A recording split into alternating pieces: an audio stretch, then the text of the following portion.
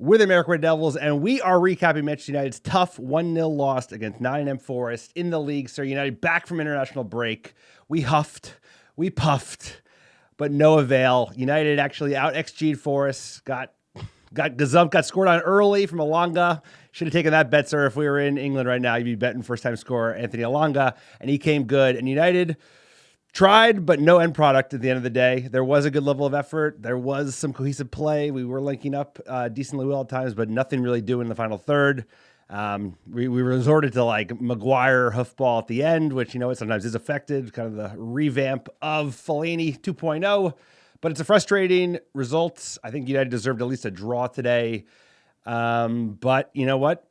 We got to keep it going. So we can't worry about today losing points. It's frustrating. We obviously wanted to win. We obviously wanted at least a point.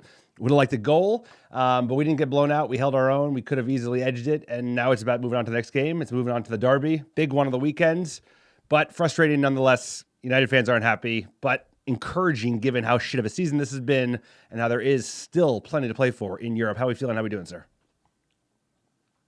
Look, I'm going glass half full in the league. This is what are we going to win in the league, you know? Top of the table. Top half of the table.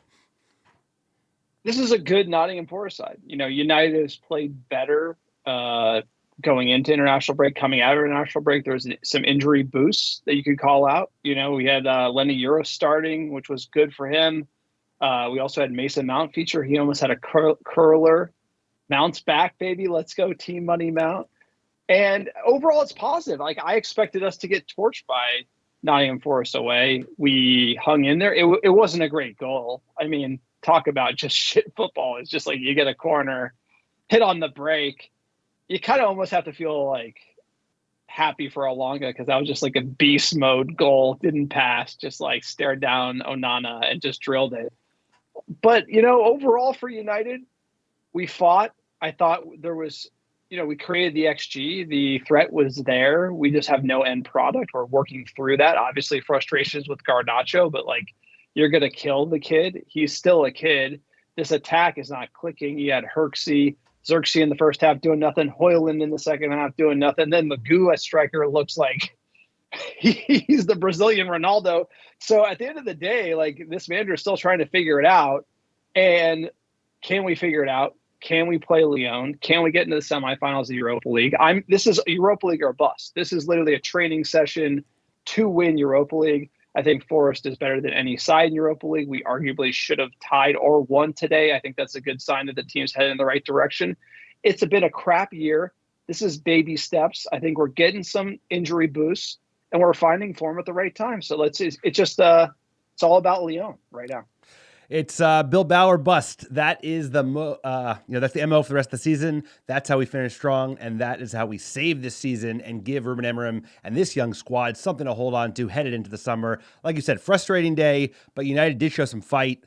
We didn't show any end product, but there was even link up in the middle of the pitch. I mean, we were moving the ball up well from the back, even with, you know, Onana shaky at times as well. But encouraging signs from United. Like you said, players are coming back into the fold. Yoro was available today. We actually had a back three that worked because I think Mazraoui is most effective in this kind of back three holding instead of having him in a wing back role.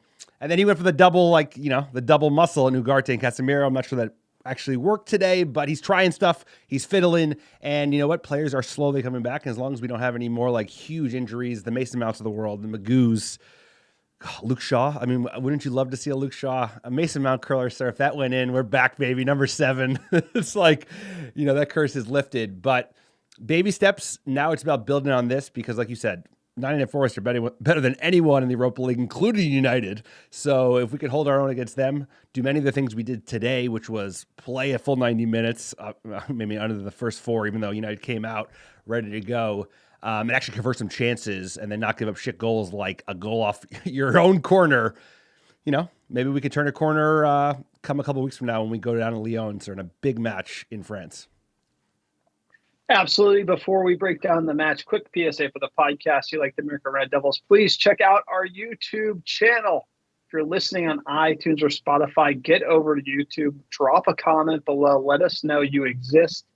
We have a lot more downloads on our YouTube channel, and we want to make sure our iTunes and Spotify users are alive.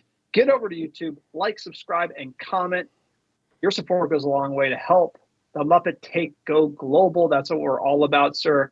We also have a Patreon page. Please check out our Patreon, americadevils.com/Patreon. Sign up, tons of benefits. Go the extra mile, support the podcast. Also check out our store, americadevils.store. We got some great merch, scarves, hats, truckers, stickers, shirts, beanies, etc. Please support the podcast. Also check out our website, americadevils.com. Sir, tell them about iTunes reviews. iTunes reviews and 5-star reviews. The American Devils podcast, wherever you listen, it's a great way to support the pod. It helps us get found organically by other top Muppets like yourself who love watching United in misery. We'll be back. And it's a great way to also get some free merch from the American Red Devils. All you have to do is write a 5-star review on iTunes or Spotify and send a screenshot of that review to americandevils@gmail.com with your mailing address, and I'll personally pick, pack, and ship some free ARD gear. Send it right to your door anywhere in the world. We appreciate those reviews. I got a really good one, real hot. So they're coming in from Best Man United podcast. This is my favorite United podcast since United stopped being produced. I love that they break the episodes into previews and reviews, and frequency is perfect. Thank you for the great review. Keep it coming. Let's get in to some. Wait, did they stop making the actual official United podcast? Is that like a budget cut? Did Ratcliffe come in and like cut him? Sir, like layoffs will continue until morale improves. Let's get into this football game.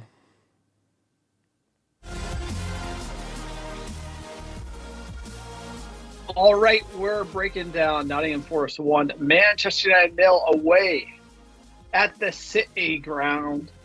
If the football stadium still has a shingled roof, you know it's OG English, and that's what we got at the City Ground. Sir, this 11, oh no, Onana in net. We had Mazraoui. He's the Swiss Army knife, we're going to call him. Left center back, Dalot, Yoro, and then we had the Casemiro, Ugarte. Ooh, I didn't like that midfield. Dogu back, big boost from suspension. Dalot on the right. Garnacho, Bruno, and Xerxes. How are you feeling about this one? I have concerns as well. The midfield, mainly the midfield, that made me concerned. I thought Bruno has been so effective in that deeper role, just kind of ticking everything together. Casemiro, Ugarte, a little defensive, especially given how, Forrest like to play, like to sit back and then counter at pace, and Casemiro doesn't have much pace. So I had some concerns. I think those concerns were valid when we got into that game. And let's get into it, sir. Hold on a second. It didn't take long. United came out, didn't play bad in the first half, but conceded a poor goal at a lacking cutting edge, and didn't take long for good old Anthony Elanga. You knew he was going to score. You knew he was going to have a day. Let's get into it. He's one of the strong suits for Nottingham Forest. Their ability on the counter-attack. Elanga's gone 40, 50 yards and scores a quite magnificent opener. That is what Manchester United are missing. That's what Manchester United are missing. Storylines continue as soon as he scores a big goal against Manchester United, as you'd expect, sir, as the bookmakers, I'm sure, expected. But, somebody's out of position. There's the fact that, we are our own corner and there's not enough players on the edge of the box for that speed that we know Forrest has. We know how dangerous they are on the break, and we get caught out early. And that's exactly what you don't want to be against Forest. They get them an early goal and let them just sit back and pick you apart on the counter. And we did exactly that, sir. We gave it up early, but you have to, as a former academy lad, you do have to root for the guy a little bit, but you're like, he did go beast mode, but he is at Forest. Good for him. He's having a great season, but 5th minute, that's a backbreaker. Yeah, I can't remember the last time a Manchester United player went 80 yards straight for the, those were the days. Wayne Rooney, Ruben Amorim, it's been a while since we've seen that Route 1. But look at Elanga. Credit to him. No buyback. Eric Ten Hag didn't like this guy. That's another one of that regime. Sold him cheap. And we got no buyback on Anthony Elanga. And he probably fit in pretty well with Ruben Amorim's system, unfortunately. But like you said, it comes down to the details. Championship sides, you got to defend well, and this happens. We are so vulnerable from our own corners. This is consistent throughout the entire season, and it shows kind of how sloppy things are really from a defensive perspective at Manchester United. No doubt. We know what we need to fix. United. Where's the foul? where's the foul? Garnacho could have fouled them. A smart foul. It wasn't last man back, right? It was like kind of someone should be getting a yellow. Yellow. Like it's like I just the danger was there. So many things we could have done differently to prevent this goal. Yeah, Dogo looked slow compared to Elanga. He was just ripping up in pace, and I have to agree. It's like there's 3 guys back. Someone's got to put in a challenge, get a yellow, but stop a goal. Anyway, United did have chances later in that first half, 13th minute. Dangerous headed chance from Casemiro. He looked dangerous throughout, actually from corners. He blasted it wide. We had a bunch of really good chances, including Bruno, who had a chance right after their goal from a corner, but nothing really came of it. Forest broke again in the 24th minute, but Dalot and Maz did well enough. And then the 28th minute, again from a corner, Dalot hits the crossbar. And that was basically all she wrote in the first half. So United, so going into it, what do you think our man Ruben Amorim's telling the boys to do in this match? How much are you going to try and change given the fact that United weren't that bad, all things considered, in those first 45 minutes? So the positive takeaway, it has to be like, hey, we were huffing and puffing. Bruno pushed up the pitch, did look sharp. I think that was like a whole like, hey, you don't have to go to Real Madrid. I'll play you where you want to play. Wherever you want.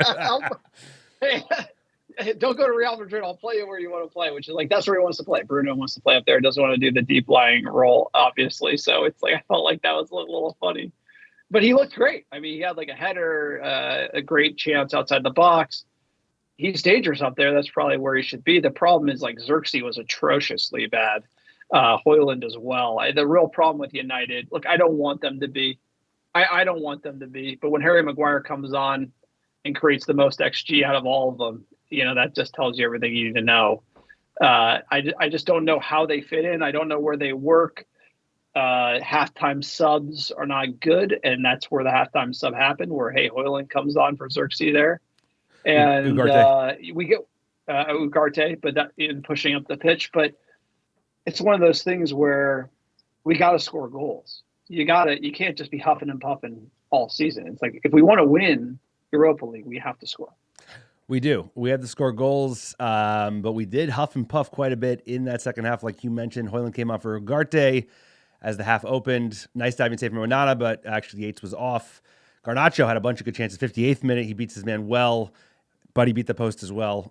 Just wide there. Eriksen came on for Casemiro. I like this sub because we were chasing the game, and they weren't, they were just looking to like attack us on the counter and then get back in that 6-man defensive lineup that they do. That's so effective. We saw it against City, so we made some good money betting Forest. So Eriksen, after he comes on, Garnacho went close again after United broke its speed. Money Mount, sir, comes on in the 70th minute. I like this sub. Anytime we get Mason Mount, I think he's kind of made for the system that Ruben Amorim wants to play with a double 10, given his work rate, and it's been such a frustration. Did he fit the profile? We were paid, whatever. He's still a good player, or at least he was before he joined United. So having him come on in the 70th minute, that was kind of a breath of fresh air. No, huge boost, Mason Money Mount. He's got it. We need him playing well. I think he has a work rate in the Amorim system. He just got to stay healthy. There's a player there. He just got to stay healthy because he's going to work. That's the one thing about Mason Mount that you can't discount when he's available, which he is not available. Which is tragic. But he has a hell of a work rate. It's exactly what Amorim wants.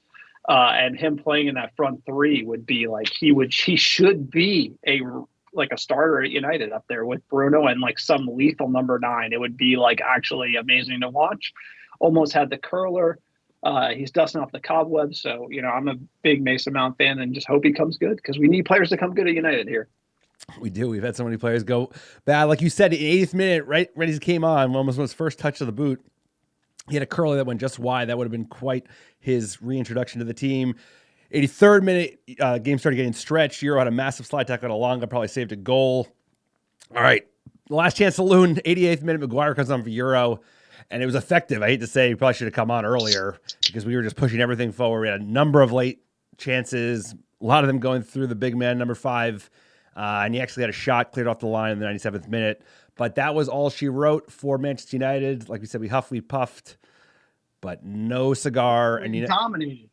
We did. I look at that. We fucking 70% of possession. They like to give us the ball a bit, but we we deserved a point. No, like the stat sheet, we dominate. Like this is one of those things. We dominated the stat sheet. Dominated the stat sheet here. Now, what does that get you? Nothing. So, like, for everyone saying, but here's the deal. I'm like the number one, like, hardo, like, you know, if you try to say we number one hardo. No, it's true. But it comes to people trying to shine you up some shit that ain't really there. But this was like a good performance. This was United should have got a draw today. We did not get a draw. We out XG'd them. So 2.27 to their 0.61. They did score and then sit back, so maybe they would have created more if it was if they had to like go for the win. But the 23 shots, 6 on target, 70% of the ball, out XG'd them. Like I felt like we did everything but score. Should have scored. Magoo, like that one off the line, and this is encouraging because this is like a strong Forest side at their house, and United put in a shift. And players are coming back. We did everything but score. Scoring goals other than Bruno Fernandes, like scoring goals outside Bruno Fernandes is a real concern for Manchester United. Like Garnacho ain't scoring. Xerxes ain't scoring. Hoyle ain't scoring. Like, so we need goals. We need someone to start getting off the mark. Like, that's really the concern here. It is, because you have a team that has a competent striker or two, or they have the front part of their attack that's actually linking up, because we looked good, everything with that final third. In the final third, we looked a little bit of a mess, even though we created so many chances. Like you said, our 23 shots to their 8. They only had 2 on target to our 6. We almost had 70% of the ball, but like you said, they often do sit back. But if you have a good striker, we should have won this game. I mean, arguably, given how many chances we had. But either way, that's it. We do have a good striker. His name's Harry Maguire. Harry Maguire, so the stat line is, Harry Maguire accumulated more XG in extra time against Nottingham Forest than Rasmus Højlund in his last 15 appearances for Manchester United. Should we play him at number 9? That's an incredible stat. There's a reason he didn't start. We have one striker and he didn't start. There you go. Let's hear from the manager and his fresh hoodie top that is sold out everywhere you look. What does he have to say about the performance today? Let's find out. It is. Like, it's sometimes when they get it right, they hit the nail on the head, and then they just don't have enough of them. But let's hear what Ruben has to say about today's performance and today's 1-0 loss against Forest.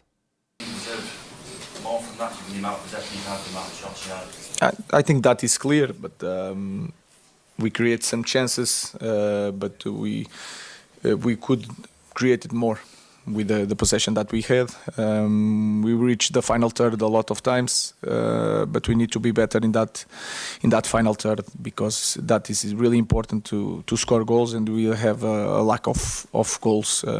We start the game suffering a goal and put Nottingham in the place that they want to be, like defending with a lot of men. Then they have really fast players to make transitions. Even that we control quite well, especially in the second half. We push forward, but again, in the final third, we were not good enough. Was it a fantastic goal, Ruben, but was it a goal that could have been stopped? Sorry?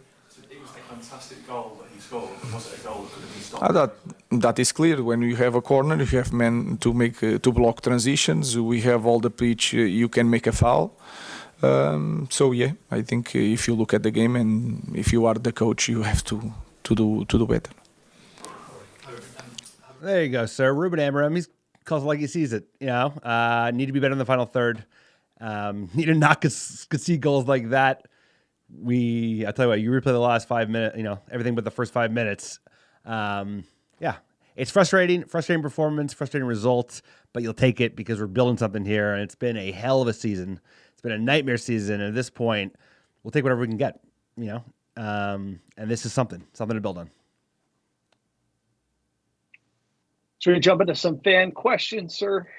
Let's get into the fans' questions. Like you said, the XG, we don't usually see that. They had 0.67.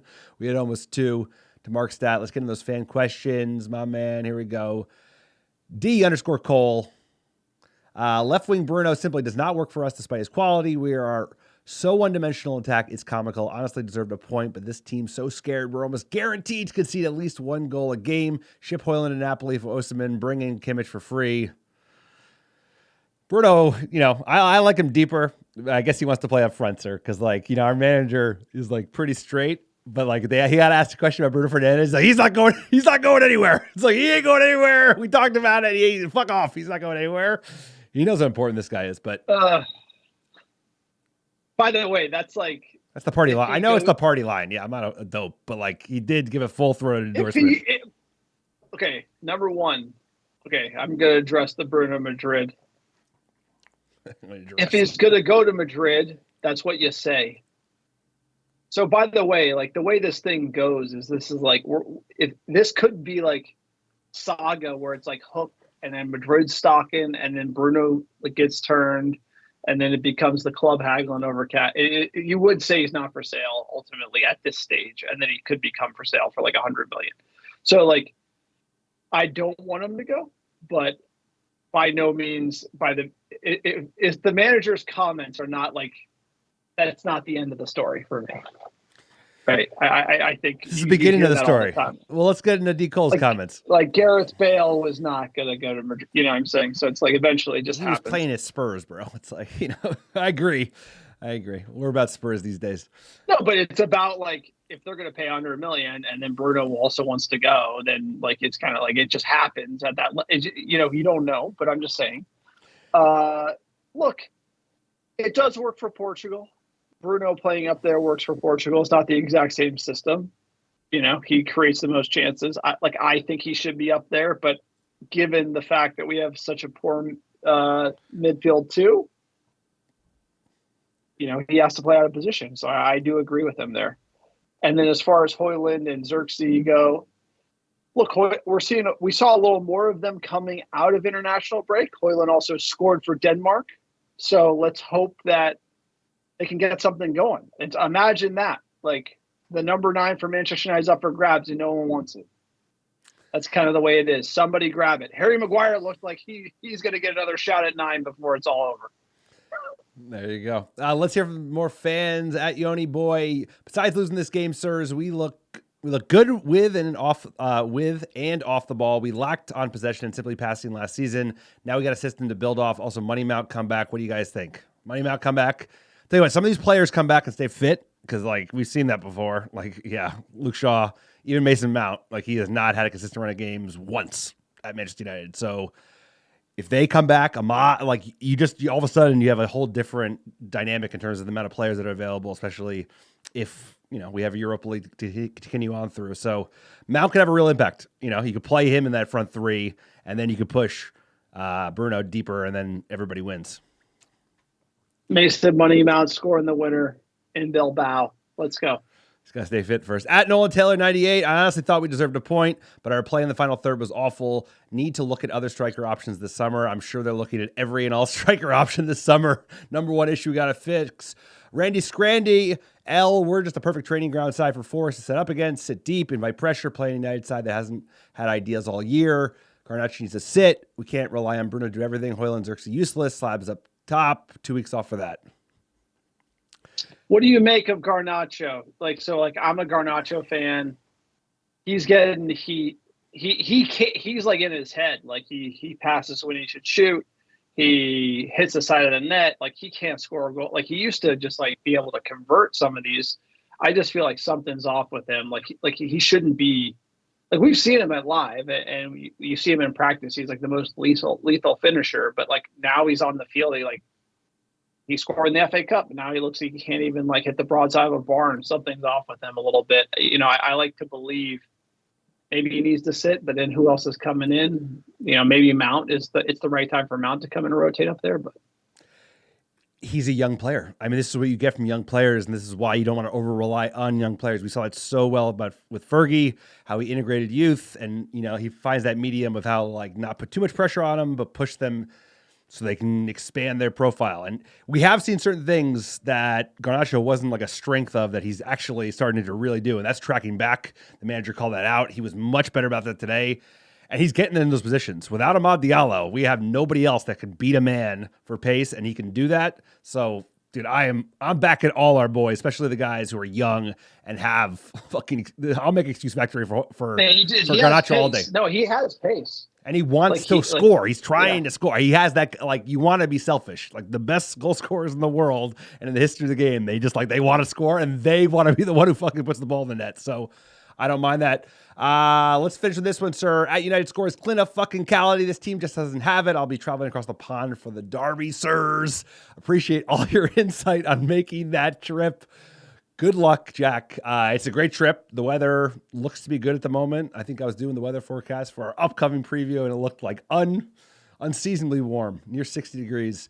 Have a good time. Give yourself lots of time to get back to that train station at Manchester Piccadilly, because it's no joke, especially for a 4:30 local kickoff. Sir, what local recommendations do we give them, other than like take the tram to Trafford Gate? That was the move. Yeah. Tram is a must. Tram is a must. Well, hey. Sorry, that's it. That's the podcast. You like the American Red Devils. We are for fans, by fans, supporters. Check out our store, AmericanDevils.store. Support us on Patreon, patreon.com/American Red Devils. Sir, top 10 downloads last 7 days. What we got? Number 1, how you doing? Chicago, Illinois, Los Angeles, California, New York, Houston, Texas, Brooklyn, New York, Melbourne, Australia, Dublin, Ireland, Dallas, Texas, Charlotte, North Carolina, and last but not least, Manchester, England. Appreciate all the American Devils listening week in, week out. Plenty of football left to play. It's all about Lyon, 2 legs, quarterfinals, Europa League or bust, but we got a derby in between now and then. Derby, baby. We got the derby. All eyes on the derby. Also, please subscribe to the YouTube channel. Only 30% of people will watch our channel actually subscribe. Sub, comment below, and like the video, sir. Send us out. We're the greatest English football. We want it all. Appreciate all of you.